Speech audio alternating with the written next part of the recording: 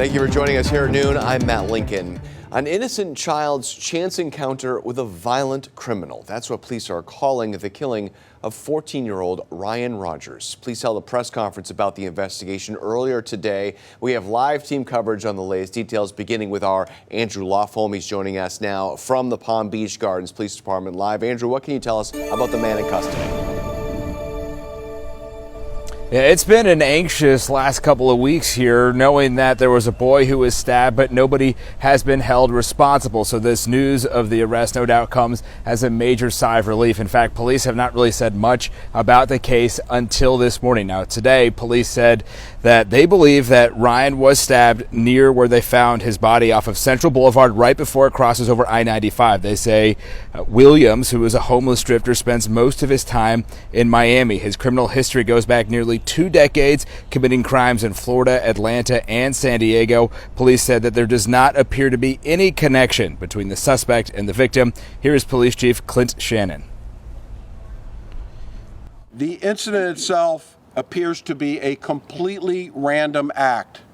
We do not have a motive in this case, and I would best describe it as an innocent child victim having a chance encounter with a very violent criminal. Palm Beach Gardens continues to be a very safe city with a very low crime rate. Now, we know that they used a DNA expert as part of their investigation, but we don't know exactly how. Now, there's still some major unanswered questions, like how Williams, who spends most of his time in Miami, even got up here to Palm Beach Gardens, and then how police tracked him down in Miami. Now, there is a reward that was out initially. It was $8,000. It told us today it's now up to $50,000, that reward for any information that leads to an arrest. I asked the chief today if anyone is poised to receive that reward, and he said no. For kids trickling out of Watson B. Duncan Middle School, things appear normal, but parents are still on edge. It feels a little bit more unsafe than it normally is. Just more cautious, be aware of our surroundings. While the news of last night's arrest brings comfort to some mothers and fathers in town. It seems to me like an isolated incident. We've lived here a long time, and nothing like this has happened. Others say today's press conference painted a picture of every parent's worst nightmare, an attack by a complete stranger. Palm Beach Gardens is, so we thought, a very safe community. It was almost like, what? How? Not here. Jennifer Griffin has a 13-year-old daughter and lives not too far off from the Rogers Alton home. She's a little nervous. She said it's a little scary when she's walking because now when she sees strangers, she's like, I just don't know, Mom. Griffin says now more than ever, she is uneasy about letting her teenage daughter walk alone around her father's Abacoa neighborhood. What's that saying, helicopter parent? I feel like that's what I've been. Like, what are you doing? Where are you going? Who's going to be there? You want me to drive you? Did Dad say? Is Dad going to go? Like many parents, Griffin wants to toe a line, allowing her daughter's independence while keeping her safe. For the near future, though, it's now home before sundown. Unfortunately, it gets so dark so quick now that now, because of this happened, I'm kind of like, well, wait a minute, it's already starting to get dark. It was more than 2 weeks ago that this desolate stretch of road became the scene of 14-year-old Ryan Rogers' last moments. The suspect in this case, Semmie Williams, is not from this area. He has strong ties to Miami, however, so there is this lingering question tonight of how he made it all the way up here. You mentioned those YouTube videos. We have spoken with police, and they have confirmed that YouTube videos viewed by CBS12 News are from Semmie Williams. We're about to show you those videos, and what they do is paint a picture of how Williams made it all the way up from Miami to Palm Beach County on the day police say he committed murder. Yeah, so I think he's probably a harasser. On November 15th, Semmie Williams, a homeless drifter, woke up in Miami. Nearly every second of Williams' life documented in YouTube videos to a channel with more than 180 subscribers. In each clip, his paranoia apparent. Hey man, you following me? Did you follow me? No. You followed me here to the train, to this station here, right? On the day, Ryan Rogers left home and never returned.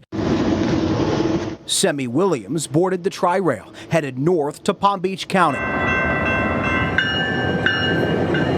Williams next emerges not far from another tri-rail station along Australian Ave in West Palm Beach. His rants continue. They're doing the illegal following. This quick video is shot sometime during the hours before Ryan Rogers' death.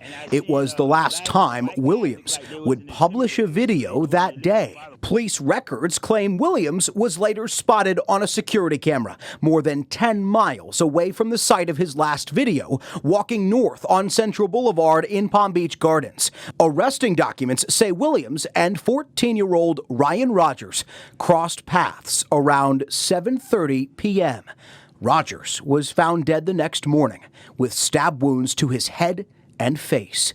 Investigators say DNA found on headphones at the scene matched Semmie Williams. In this YouTube video shot the day of Ryan Rogers' murder, you can see a silhouette of Williams appearing to be wearing over-the-ear headphones.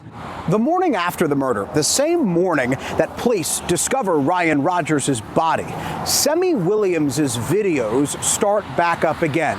And they start here at this lawn of an abandoned building in Mangonia Park.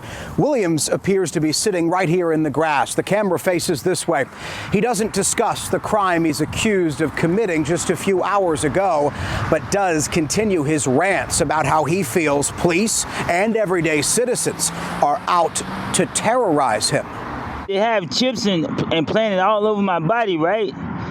And they also reading my mind through my ears. We showed the videos to Dr. Rafi Wald, a psychologist. He hasn't examined Williams personally, but says his behavior in this footage shows someone disconnected from reality. There's some involvement of delusion because it's something that's not actually happening, and there's paranoia. Wald adds the vast majority of people suffering this kind of mental illness aren't violent, but a small few can be. Back to the day after the murder, Williams appears to take the tri-rail back from Palm Beach County to Miami. Eventually, he arrives at a park. You can hear children playing in the background as the camera eventually pans down to a green backpack in Williams's lap. It was in that backpack, police say, they found a blood-stained bandana with DNA belonging to Ryan Rogers. They was also illegally tracking me by cars. Williams would continue to upload YouTube videos for weeks after Ryan Rogers was found dead, stopping only after this clip, a few days before his arrest. You can see how evil and dangerous that these people are. Dr. Wald, that psychologist that you just heard from, made a point to say that mental health issues are not a predictor of violence. But what is a predictor of violence is past violent behavior. We know that Semmie Williams had a history of arrests. Some of those arrests were violent. They were made in other counties and other states. We know that law enforcement is now looking into those cases. 39-year-old Semmie Williams is a drifter, and records show he's moved around a lot. His life has been chaotic. It's also been violent. Police releasing some of what they discovered about his criminal history. From 2004 to 2016, there were at least 12 criminal charges. The crimes happening in 3 states. And here are the ones that speak to a danger to society. An assault involving strangulation. In that case, the victim was a senior citizen. 2 domestic assaults. And carrying a concealed electronic weapon. The CBS 12 News I-team looked at his criminal records from Seminole County, Florida, and from Fulton County, Georgia. Here, in his own handwriting, a letter that Williams sent to the court claiming self-defense in the confrontation with the senior citizen, and it appears to have worked, as the charges were then downgraded. In this court document, Williams signs a guilty plea to the lesser charges, and it says the sentence will be 10 years, of which he'll serve 5, then be placed on probation. Going back even further, in the early 2000s, about to face trial for one of the domestic assaults in our state, records show that Williams refused to get dressed to go to court, and a few weeks later, prosecutors decided not to proceed. Yeah, when you're dealing with people that are living on the street, often the victims that they deal with or encounter are fellow homeless people, fellow people with mental health issues. And it's not someone you can send a subpoena to at a certain address and have them appear in court in order to see that justice is done. So it gets complicated when you're dealing with homeless people committing violent acts, which it looks like this person was long-term homeless and moving all around the country. Patrick McCamey is a former prosecutor in Palm Beach County, now a criminal defense attorney. I showed McCamey Williams' criminal history. He says it doesn't matter what complications prosecutors encountered. He says they should have been more heavy-handed because he says the pattern of violence is alarming and blatant. How did this guy fall through the cracks and why was he ever out? And someone at first appearance should have said, listen, we don't have convictions on all these cases, but there's a serious problem here. This guy has a very violent history. Maybe he's mentally ill. And McCamey says extremely high bonds or no bonds could have been used to keep Williams off the streets. And about the possibility of mental illness, police say they became aware of a YouTube account that Williams was posting to daily, using his cell phone to take videos, often of strangers he encounters on the street. He has a skateboard. He was walking behind me. So he's one of the dangerous criminals that's working with the local law enforcement. I showed McCamey the YouTube page, and he says these videos suggest paranoid delusions. He says he saw it often as a prosecutor. Williams posting about people stalking him, conspiring against him, cults that are out to get him. There are even YouTube videos from around the time that Ryan Rogers was killed that investigators used to firm up his location back on November 15th and 16th when the murder occurred. This monster was out there on the street when obviously and clearly he shouldn't have been. Incident report about Semmie Williams. He's the homeless man from Miami accused of killing a Palm Beach Gardens teenager. Now, the report details Williams getting into a fight with deputies as he was being booked into jail. Williams was arrested the first week of December, accused of killing 14-year-old Ryan Rogers. These are photos after he got into that scuffle. And according to our CBS affiliate station in Miami, the report from the Palm Beach County Sheriff's Office suggests a racially charged motive behind Rogers' murder. The report shows that Williams was being fingerprinted at jail when a deputy asked him if he understood his charges. Williams replied, here is the quote, "Yeah, murder because of what they did to black people about giving them syphilis." After that, things escalated. Deputies say Williams got physical. There were more verbal outbursts, and Williams was taken down by a deputy. The CBS Miami station asked a former state and federal prosecutor about this and was told Williams' outbursts may be used by both sides in court. Back in November, police say Semmie Williams ran into Ryan Rogers on a desolate stretch of road in Palm Beach Gardens and out of nowhere killed him. No one knows what went wrong. Williams' lawyers now want him examined by a court. Experts saying that he suffers from schizophrenia, a serious condition that may have slipped through the cracks. So he's probably a harasser. Before these videos were taken down, they were a glimpse into the mind of Semmie Williams, the man police say killed 14-year-old Ryan Rogers. On this YouTube channel, daily broadcasts of apparent paranoia. Hey man, you following me? Did you follow me? There's no footage of that night in November when police say Williams repeatedly stabbed Rogers. But the day after, as investigators discovered the 14-year-old's body, Williams posted this clip. And they also reading my mind through my ears. What his attorneys call untreated schizophrenia on full display. But for many in Florida, getting help for mental illness is easier said than done. In this report, a state grand jury set up to investigate school safety wrote, "Our mental health system, if one can even call it that, is a mess," warning some suffering in silence may spiral into criminal acts and violent behavior. The report was released a year before Ryan Rogers was killed. Marcia Martino with the National Alliance on Mental Illness points out most people in need of help are more likely to be victims rather than violent themselves. Are there people who have mental illnesses who are violent? Yes, but that is absolutely the exception. But for everyone, treatment is still hard to come by. This study from Mental Health America ranks Florida almost dead last in states with access to psychiatric resources. It's so bad, Martino often warns many people moving here they'll be lucky to find treatment at all. Whatever state you're coming from has better services than we have here. New video shows the jailhouse scuffle involving Semmie Williams, the homeless drifter accused of stabbing Palm Beach Gardens teen Ryan Rogers to death. The incident happened last December, just hours after Williams was arrested for murdering Rogers. You can see Williams struggle with the deputy before being pinned to the ground and handcuffed. Right now, Williams is being housed in the mental health unit of the Palm Beach County Jail.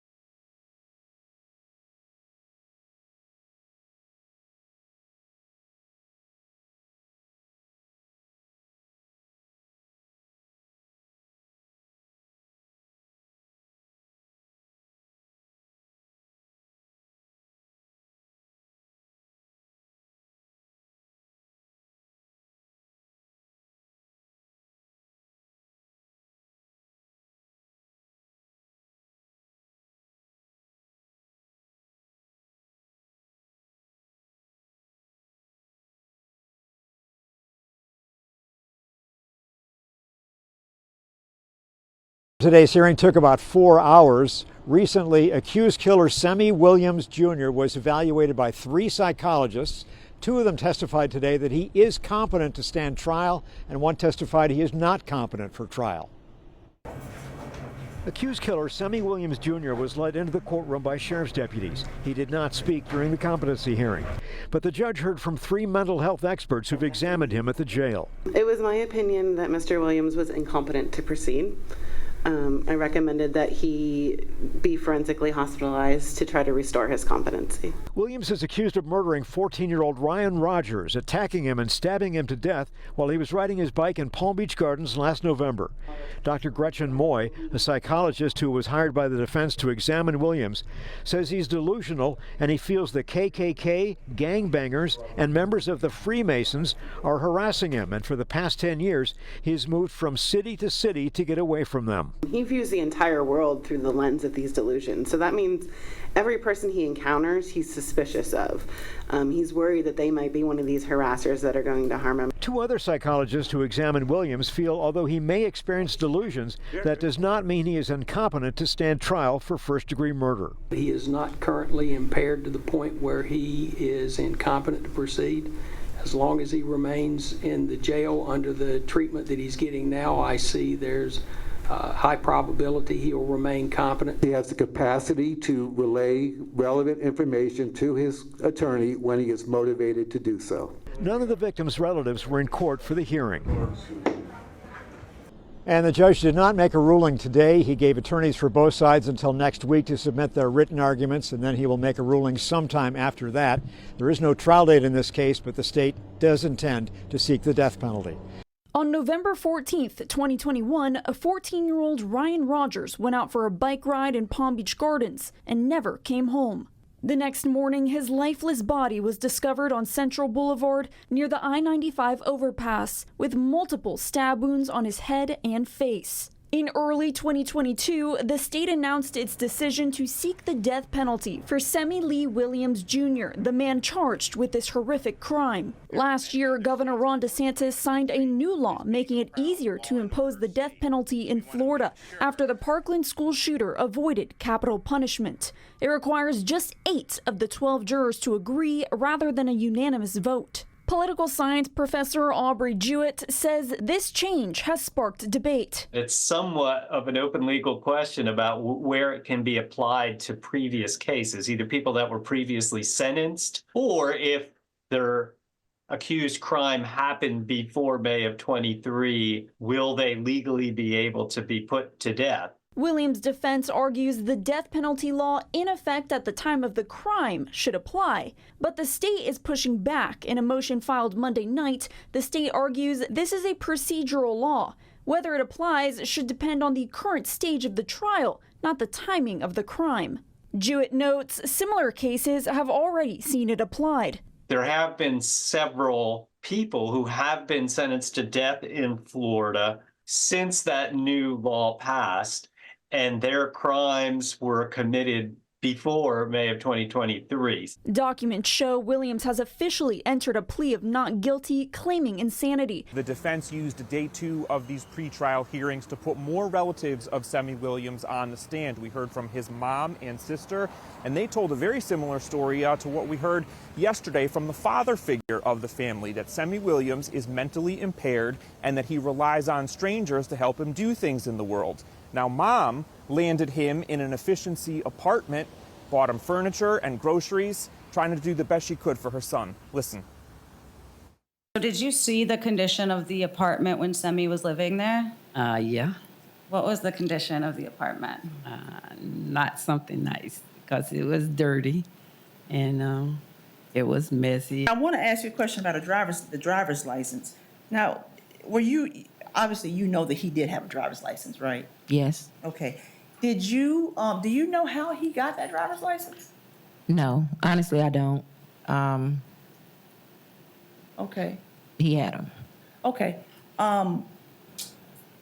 So you don't know whether or not he took an oral test to get that driver's license, or whether or not he was administered a written test for that driver's license, or at least the written portion for a driver's license. Okay. Was I there? No. Do I know he took an oral exam? I would bet on it.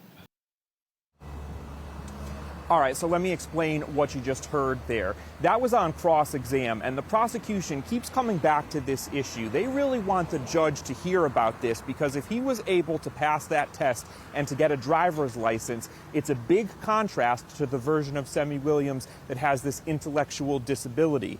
And in the shorthand, an intellectual disability is ID. That's going to be important for the soundbite you're about to hear when the defense put an expert on the stand. Listen to this. Currently, there were impairments in reading, writing, spelling, math. And really to be ID, as you mentioned, you only really need deficits in one area. Okay, so back out with you live here. If the judge rules that there is this intellectual disability, then the death penalty might come off the table for Semmie Williams, and this not guilty plea by reason of insanity could be in play. The state attorney's office tells me they are seeking the death penalty on this one, so very high stakes out here.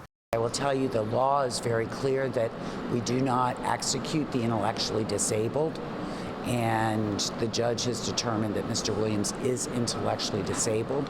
Palm Beach County Public Defender Carrie Howard has been fighting to save Semmie Williams' life since 2021. That's when he was arrested for the brutal murder of 14-year-old Ryan Rogers.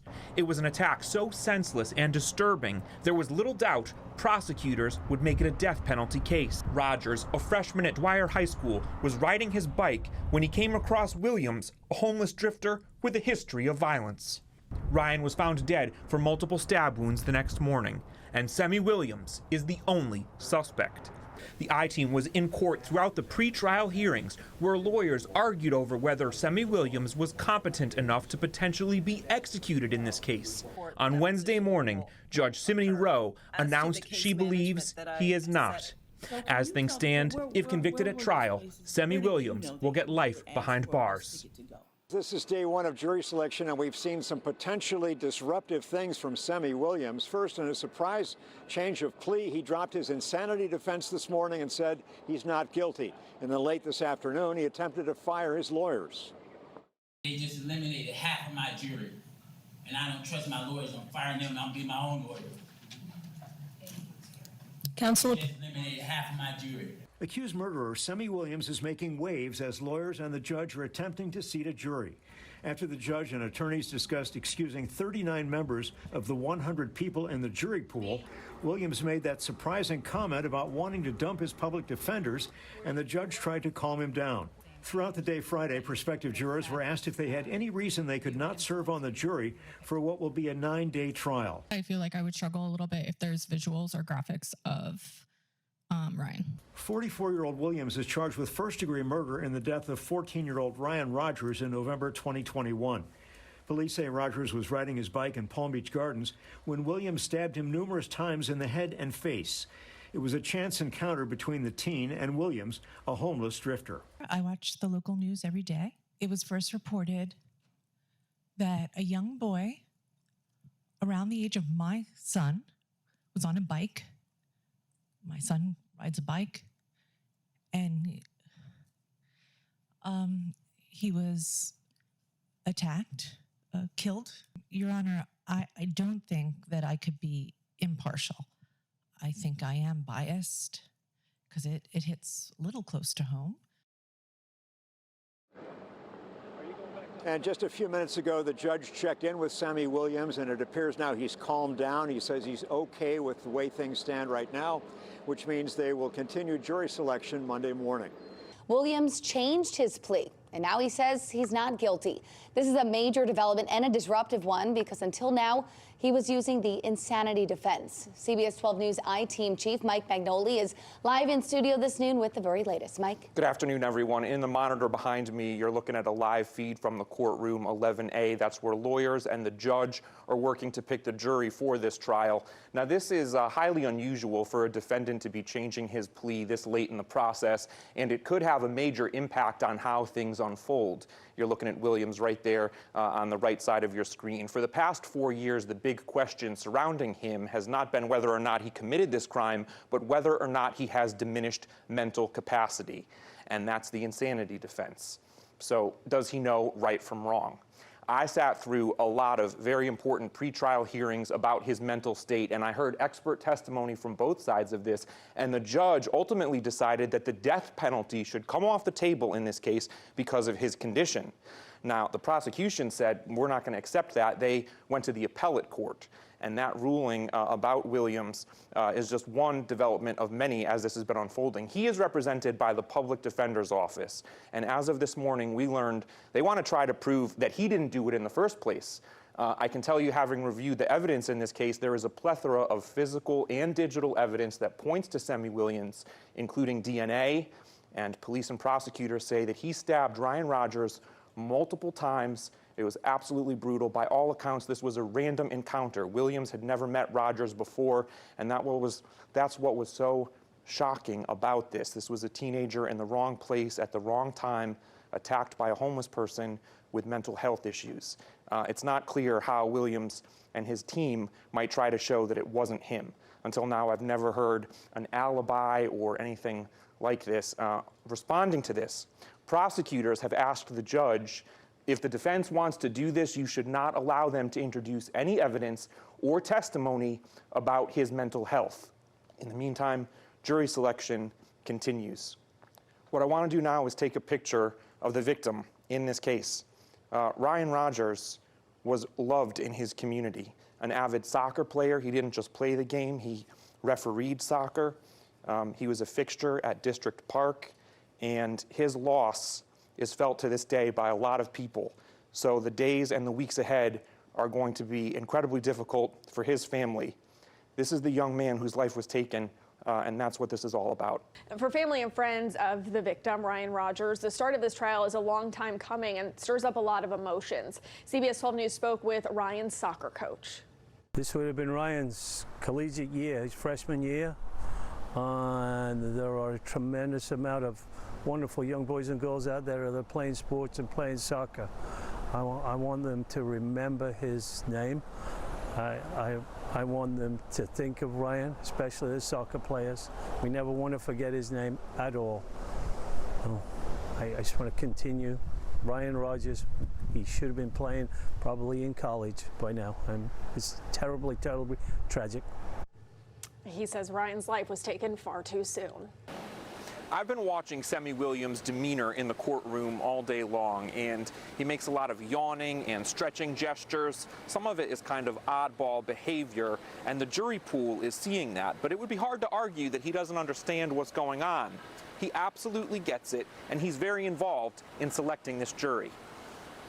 Yeah, if she has some problems, then she should go home, yeah. Semmie Williams is talking about a woman who broke down into tears, telling the judge she can't serve on the jury because of financial hardship. Williams is represented by the Palm Beach County Public Defender's Office, and they first tried to argue he has an intellectual disability. Then on Friday, the mental health defense was abruptly discarded, and Williams entered a plea of not guilty. In Monday's round of voir dire, that's jury interviews, prosecutors were candid about what they intend to prove and what they can't. They want the jury to believe there was a conscious decision to kill Ryan Rogers, even though it wasn't planned well in advance. They won't attempt to prove motive, but that lines up with what police said in 2021, that this was a random act of violence. The defense will be up against a lot of physical and digital evidence, as police say Williams left an electronic footprint and was spotted on cameras in the area, even took videos of himself coming into Palm Beach County when the murder occurred. There's blood and DNA evidence too, and some members of the jury pool say that carries a lot of weight, but they can still hold prosecutors to their high burden of proof. Are you satisfied with your attorneys? Yeah, far as to my knowledge, they're doing pretty good. One gentleman in the jury pool tells the judge he knows Ryan Rogers' family because of soccer, but he says he can still be impartial and go to this jury. As things stand, still a lot more to go through. The defense has to go through their round of jury interviews, and we could have opening arguments sometime late Tuesday afternoon. From the Palm Beach County Courthouse, I'm Mike Magnoli, CBS 12 News.